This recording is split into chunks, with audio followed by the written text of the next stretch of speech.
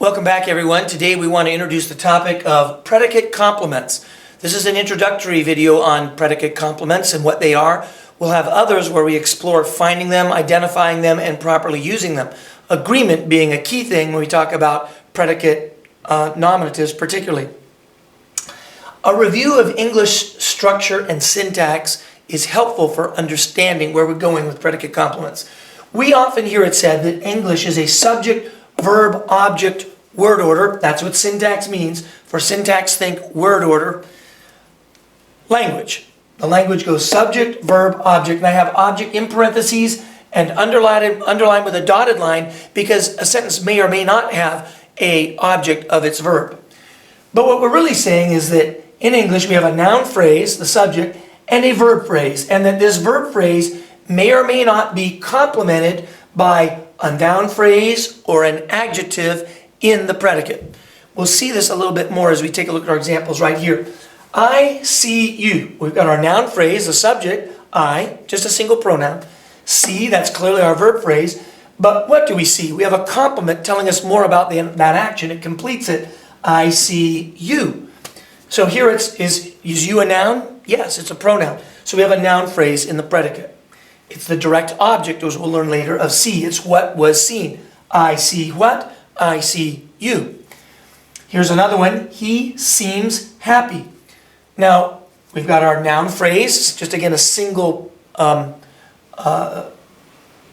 a single word here, just the actual pronoun itself.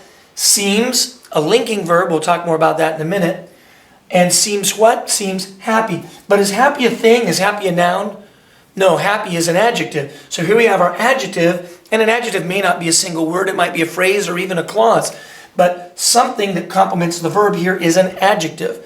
And as we'll see later, seems is a linking verb, and really it's serving the purpose to link us to happy, which is telling us more information about the subject he. It's telling us in the predicate more information, describing, modifying the subject. All right, we'll break that down one bit at a time here as we go, and we'll see how that works. First, let's tackle, among the types of complements, let's tackle the direct object, also known as the object of a verb.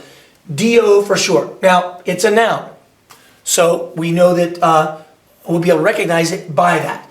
It's an object case noun. It will occur with transitive verbs. Now, what are transitive verbs? Transitive verbs are verbs that transfer action. They transfer that action from a sender to a receiver. For instance, in the example sentence, Paul threw the ball. Well, we use our sentence diagram here to see what's happening. The subject, the noun phrase is the subject, Paul, verb phrase threw. So that's what he did, he threw. But there's more information, a complement in the predicate completing that. He threw what? That's a very helpful diagnostic question, by the way, to reveal the direct object. He threw ball. So our direct object, the thing he threw, right? Sender throws what? Throws ball. So the action goes from the sender through the verb into the object. I put the throwing into the ball. Paul threw ball. What ball? The ball. So in our sentence diagramming notation, we use a vertical line coming up from the baseline after the verb to show that that noun that follows is the direct object. It doesn't go through the baseline like our bisector between subject and verb does. It stops at the baseline. And we place our modifiers just as we would anywhere else on the sentence on a diagonal underneath that horizontal line for the noun. Let's look at another. And this one's interesting. That's why I have it marked with an asterisk. A little bit tricky. He gave me chocolates. Remember the diagnostic question? He gave what? See, we've clearly already marked out that he is the subject, and what he did was he gave. Now the question is, gave what? Gave me? Mean I was the gift? No, he gave chocolates. See, this is tricky. The direct object up here was ball, and it was easy to find. The direct object here, we have two nouns we could choose from. But we realize that it's chocolates when we do the work of the diagnostic question, ask he gave what, and know that it couldn't be me that was being given, but the chocolates. So what is this me? It's another noun. It's a pronoun, in fact. It's what we call an indirect object, and we will look at that more in a future video. But indirect objects are basically our adverbs. They are prepositionless prepositional phrases. They're just merely the object of a preposition. Check this out. This is what this sentence originally was. He gave chocolates to me. Hear the preposition in there? But when we drop out the to, we need to move the position of the indirect object in front of the direct object. Again, this is not important to this video. We'll cover that in more depth later. But I just want you to be able to make the distinction between what's the true direct object and what's an indirect object. Again, he didn't give me. He gave chocolates to me. So how would we diagram that? He gave what? Again, vertical bisector, not a bisector, but a vertical line above the baseline. He gave chocolates. And what would we do with this me? He gave me, just as I indicated. It is an adverb that tells the direction he gave the chocolates. He gave chocolates, he gave them toward me or to me. But to is not stated. So if I'm going to put it down here, I would put it in parentheses. He gave chocolates to me, or he gave me chocolates. That is what a direct object is. Again, revealed by saying what after the verb and finding the noun that is receiving the action. Okay. Second one, predicate nominative. We'll abbreviate that PN. These occur with linking verbs. In fact, in all cases I can think of in the research I've done, with no other linking verb than to be. Only occurs with to be because it is saying that the subject is equal to this noun in the predicate. It's in other words, another name for the subject. Shows it clearly in this example here. He is my brother. Are we really saying he equals my brother? They are one and the same? Yes, that's what we mean. So here it is a noun, but it's not the object of any action. We're not ising this brother. You can't do that. We're saying is he equals my brother. In fact, couldn't we flip the sentence around and say my brother is he? Yes, and by the way, this we'll tackle in a future video. For proper agreement, we would say my brother is he, not him, because it is not an object, it's a nominative. It needs to be ready to be the subject of the sentence at any time. It's equal to the subject. It needs to be in the same form as the subject in subject case. This messes up a lot of people when using pronouns. They'll say, that's him. They mean to say that is he. He is that person. It needs to be flippable. Here's another one. In a future tense, the boys became friends. Aren't we saying that the boys are the friends? They're one and the same? It's just extending it over time that that's what they turn into, but they ultimately are friends. So the boys became, and I didn't do this here. Let's go back and diagram this. When we are using a linking verb to give another name for the subject in the predicate, with a predicate nominative, we use a diagonal line, not a vertical line, coming up in the baseline. Think of it this way, as though it were an arrow pointing back to the subject, saying, hey, here's some more info about the subject. In this case, an equality statement about the subject.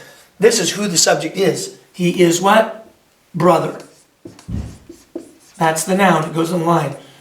What else do we have? We have my brother. My is an adjective, a possessive pronoun. So we put it where we put any other adjective, a modifier, on the diagonal line beneath the noun it modifies. So he is my brother. This one here, the boys became what? Friends.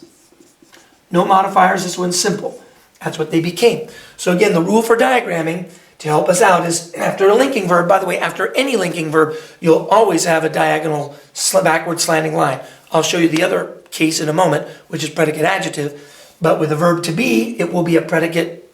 It won't always be a predicate nominative, but it can be. Predicate nominatives will always use the verb to be. You can say he is happy, which is a predicate adjective. We'll talk about that in a minute. But that line slants back, showing that we're connecting the subject and predicate, in this case with a predicate nominative saying they're equal. All right? So again, we might reveal that the same way that we would a direct object saying he is what? He is my friend. But we have to think this is a linking verb. So it's not I'm ising him. He's not a receiver or an action. He is one and the same. They're equal. It is my brother. Let's look at the last possibility here, a predicate adjective. We'll denote that PA for short. These also occur with linking verbs, with any linking verb. Unlike predicate adjectives, it'll be occurring with the verb to be.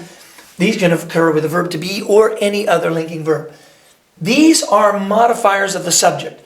Modifiers that are placed in the predicate though what they're giving more information on is not anything else in the predicate. They're linking back to the subject and giving more information on it. Let's take a look. She looks nice. Subject is she, the verb is looks. Now, are we looking a thing? No. It's not a transitive verb. You don't look a thing. You can look at a thing, and that's a prepositional modifier, again, giving direction. But here we're saying she looks a certain way. Again, it's like the verb is. We see she is nice, she looks nice. It's a linking verb. So we place our adjective out here. One of the few times you find an adjective on a horizontal line in a sentence diagram. But again, that slash line leaning backwards points nice to she, reminding us this is more information about she, an adjective telling us what kind of person she is. But rather than saying nice she does something else, we're just saying she looks nice. The boys are hungry, example number 2.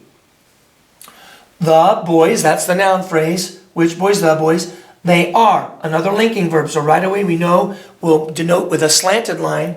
It's either going to be a predicate adjective or a predicate nominative. What is it? Is there a noun back here?